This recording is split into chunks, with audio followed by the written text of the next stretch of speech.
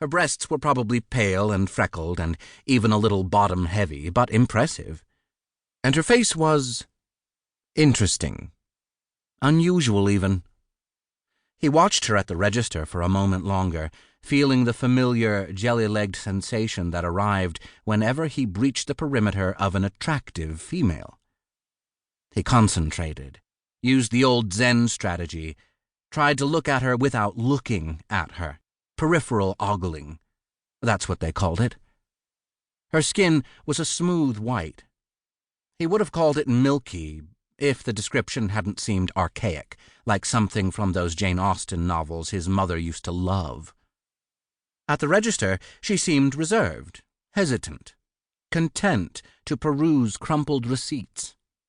She still hadn't noticed him. This, he thought, was an opportunity. He'd heard a theory on positive thinking from his older brother, who provided unsolicited wisdom whenever applicable, which his brother believed was all the time. This particular nugget: if he, Barkley, simply replaced his typically insecure thoughts with confident thoughts, alpha male thoughts, he'd actually start to behave like one of them. Those countless conversations where every word came out 20 IQ points lower than his capability, each syllable feeling like a wooden child's block between his teeth? Gone. Out the window. Think confident thoughts, Charlie had coolly advised him, before canning a jump shot from the corner of the driveway. And yet, out in the field with a pretty girl lurking on the horizon, he'd decided that she was pretty now. It wasn't so easy. Sure, he could try to do it, even if for him it seemed absurd. Instead of being afraid of this cashier girl, Ginny, he should be thinking something macho, chest puffed out like a matador. Like, for example, that he'd be getting laid tonight. Yes, that was the tactic. He would be the classic modern-day conqueror, all machismo, zero cuddling. Out by morning, leave without a note. Sure, there was a misogynistic aftertaste to that, but he had to do it, had to pretend he was someone else if he wanted any chance of success. So say it again. He, Barkley Brunson, brother of the legendary Charlie Brunson, son of the even bigger, more legendary stud Henry Brunson, was getting laid tonight. That was his character arc, his sacred trajectory.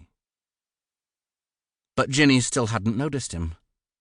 She remained anchored at the register, solemnly reading a book by Tom somebody. He couldn't see the rest of the name. He continued observing from a distance, and then Doring walked by and tapped him on the shoulder with his grading folder. "Ready to review? This way, Barkley." Doring opened a scarred black door, and they entered his cluttered office, fortified with an abnormal number of fantasy magazines and orange highlighters.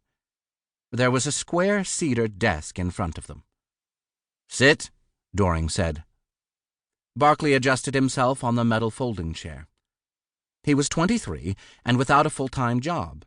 This class was either a step to something greater or yet another hopeless distraction. He put the blue folder on the desk, opened it up. The font of his new draft appeared to be bleeding mascara. "Let's talk about the story you gave me last week, Barkley." "Okay. What did you think?" "Well, let's start with the beginning." "Okay," Barkley said again. He felt apprehension, as he always did when hearing his work reviewed. But he was also mindful that Doring was no professor, at least not yet. "The beginning works well," Barkley nodded, waiting for the anvil to fall. "It's about a 20-something coming of age as a womanizer, right? And the catch, of course, is that it's all happening in the middle of a Chicago zombie apocalypse. This is a nice touch, Barkley, really. You've got a knack for taking literary elements, or at least character-based ones, and using tried-and-true genre tropes as a backdrop. Now, finding the mundane within the fantastic isn't necessarily a new thing, but it's interesting enough, and you write with an exuberance that's hard to dislike. No one else in the class